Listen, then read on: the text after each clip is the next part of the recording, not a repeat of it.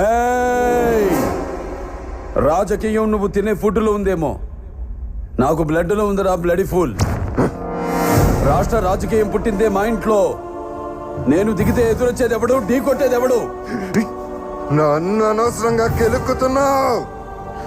నాకు తిక్క రేగిందంటే నీకు తిక్క రేగాలేమో, నాకు 24 hours ఆన్లో ఉంటుంది.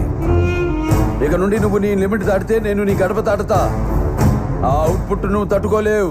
ఈ జిత్తుగా నిన్ను భయపెట్టలేవు. తిండి నీ ఒంటికి మంచిది, మంచి మాట నీ ఎదుగుదలకి మంచిది, చావు భయం నీ ఆయుష్కి మంచిది.